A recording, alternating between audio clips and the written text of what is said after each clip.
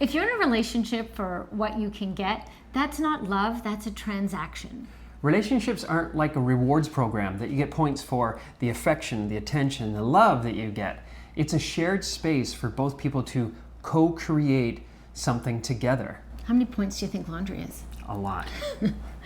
So if you're in a relationship where you're constantly taking and you're not giving, then eventually your partner's going to feel like an ATM machine, some emotional ATM machine, because it's going to be all about what you're taking, withdrawals, and no deposits. And very quickly, intimacy dies and resentment builds. That's just cohabitation with shared Wi-Fi. Not good. Not good. So today we're going to show you 3 ways in which you can flip that equation from what can I get to what can I give. And that's a game changer when you want to build a healthy relationship. Hey everyone, we're Jeff and Ellen. We're relationship leaders here to help you stop keeping score so you can start building something real. Make sure everything looks all... No spills. No spills. No crumbs. No crumbs for the camera. Hit me. What is it? I'm sorry. What's the topic? Today I want to talk about the motivation to get into a relationship. Why do we get into a relationship in the first place? Money. Sometimes. Actually, sometimes the answer is yes. That's actually, you're already on that path. It's because I had a couple of clients this week who were very... The riches. I knew that when I saw you, I was going to get lots of riches. That's what it is. And it's coming. Still on its way. Okay, so yes. I had a couple of clients, and it was interesting because they were both very, finger pointing. Finger pointing. It's finger pointing. It's finger pointing. Finger pointing of how you are not measuring up to my expectations. Yeah. You're not giving enough. Yes. In this. And so that's exactly it. So it started a conversation and about why are you in this relationship? Are you entering in to see what you can get? Like this is what you're saying. What the conversation you had to them? Yeah. Yeah. Like what is it that? Why are you here? Why are you here? Yeah. What's drawing you to them? And then that got me on my walk later that day. Got me thinking about. Oh, you know what? The reason we get into relationships is so varied, and we don't always know. We're not always self-aware enough to understand that. We're just so drawn. It's so wired in us to get into these relationships and go get to the altar and get married, or shack up together. But are you in it for status? Is your partner there because you want them to elevate you because you don't feel good about yourself? Are you looking for financial relief? Are you the gold diggers? Yes. Yeah, like Mr. Moneybags. Or Ms. Moneybags. It goes both ways these days. For sure. But it's the reason why. Or you're just lonely, so I want you to save me from my loneliness. The idea that the other person is somehow going to be making the life that I don't feel I can have on my own. Yeah. And so I'm looking to you if I'm anxious and I don't like going out on my own, well, having you to hold on to and help me with my anxiety. And then when I do that, I'm putting pressure on you. It's like shopping. Tell me more about that. Well, it's like shopping. We may shop differently. Hold on, tell me more about that. Well, the shopping, you're buying something that you think will make your life better. Yeah. And so I think maybe this is the whole mentality of dating right now and relationships. We look to what can I get? Oh, if I date someone and they're in the C-suite at work. I got someone, a C-suite person was attracted to me. Mm-hmm. That can elevate my sense of self or what I believe is my status in the world. Yeah, if I can have a date with some celebrity, it's like, oh, how my life will be elevated. And it's all about the, what do I get? What do I get? And it becomes more transactional. Or like buying a new outfit. What will the outfit do that will be additive to my life? It's funny you say that because I actually think these dating apps actually negatively lend to that kind of persona, because it's like window shopping online. You just swipe a person away. Based on what? And in seconds, how are you assessing this human being? Now, No. I haven't spent a lot of time in these things, but the one client that I was helping her go through the pictures. I was looking at pictures of men, and it's all the posturing kind of thing of like, look, here I am in the kitchen. Look, I can make. Look at this dish, huh? You know. And then there's all the ones that are shirtless, or then there's a new trend actually about nothing, putting nothing in the frame. And like just blank? Or a picture of something really arbitrary, like the coaster, you know? Yeah, just. This is what I will add to your life. Yeah, this coaster. This coaster. So, but everyone's trying to make comments, but the point being, the fact that we're swiping and someone's like on a screen, we turn a human, a very complex, living, breathing, beautiful being, and we reduce them into a two-dimensional image that we can just swipe away. Yeah. So what does it do to our connection? What does it do to us on the inside, on how we see people, treat people? And then what we're setting up in the connection right from the beginning. Because right from the beginning, if I'm shopping, I'm like, I'm so focused on you and what you're going to bring to me and how you're going to improve my life. And I will evaluate from that position as the buyer. Yeah. Yeah. And as the consumer. And I want customer service, man. That's right. And what is the warranty on this thing? What's the return policy? What's the return policy? I want a money back guarantee. Only a gift card. That's all you get. Yeah, I guess that's what the prenup is. Yeah, I guess so. Yeah.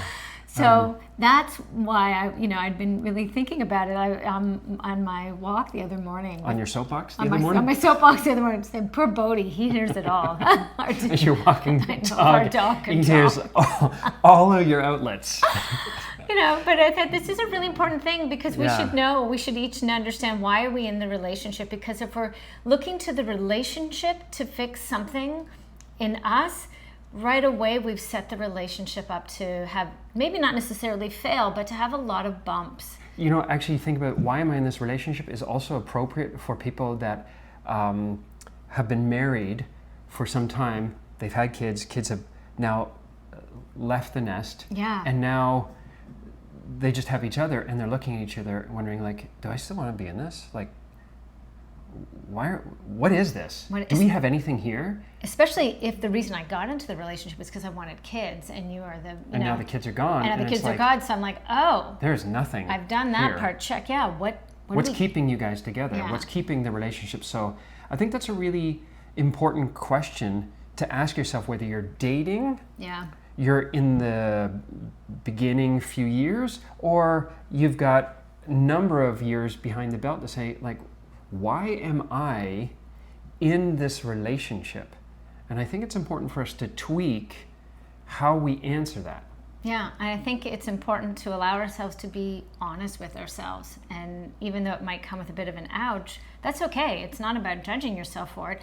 It's about being aware of it to say, I need to change the balance of energy, or I need to redirect my engagement in this relationship so it's less focused here and there's joint focus. It's not about then turning it to me. It's about recognizing, yes, I do have some expectation, want, but I also, right? What about me? I have to include me in the equation.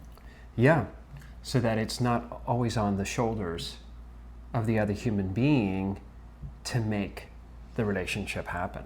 Yeah. That's a lot of pressure for the other person. It's a lot of pressure, and especially it's often silent pressure because I haven't spoken it or said it to you. Like if I might be looking to sort of increase status, or you might be my status symbol, or maybe it's a financial status, that I'm in a career where I can't achieve that, and you can in yours, so I'm latching onto you. Maybe it's just about my anxiety, right? Like I feel uncomfortable on my own socially, and so I feel the pressure of like, oh, good God, when we go to a friend's house for dinner, I gotta bring my A game and half of your game to make the social event happen. Or if you go off to go have a conversation with your friends, I might come back after and I'm really upset with you because I needed you. I didn't communicate any of that. I'm not even aware of it within my own self.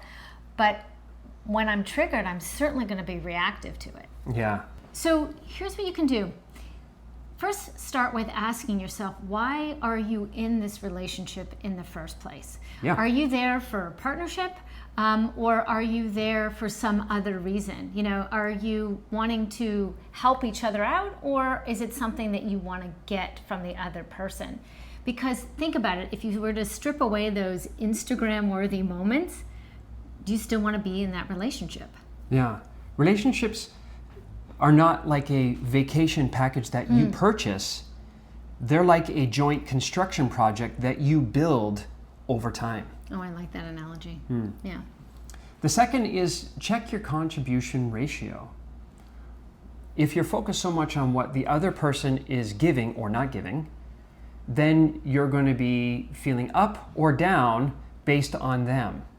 Right. So like if the conversation tends to be about, you know, how you're feeling when you come in after the day of work and you're like, here's what happened to me and here's how I'm feeling, and focus on you. And here's what I'm needing and here's what my plan is, all on me. And then it's up to me to have to insert yourself. To measure up, to fix, to solve, to band-aid, to put all the things, and I'm giving, and giving.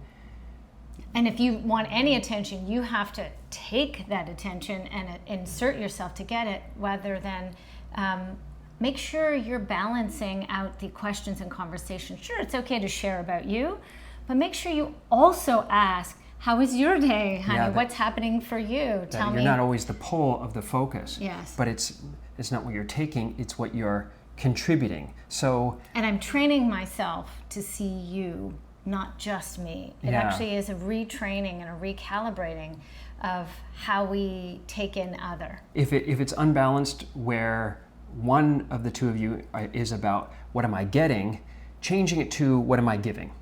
What am I putting into the relational space? How am I contributing? So in the relationship bank account, don't just be withdrawing, not just removing, taking money, because the bank account dwindles that way. Yeah. Be an investor. Be a contributor. Actually, I love that. So now I'm actually thinking there's two metrics that I would look for in redefining value. One is the metric, how much am I contributing? How much am I depositing into the relational bank account? Yeah. But also a second metric, which is how much have we grown as a result of our relationship and helping each other. In our value. And that, wow, we're assessing the health of the relationship and the fulfillment of the relationship based on, look who we've become because we've been together. Because we've both contributed, so we've stockpiling our strength of relationship by both people contributing. Because if two people are contributing, neither will walk away feeling empty. Yeah, love it. If you want more conversations that take your relationship from autopilot to awake, then hit subscribe. We drop new videos every week. And if you want to go deeper, watch this next video about partners who don't partner. It's a game changer. Thanks for watching. See you next time.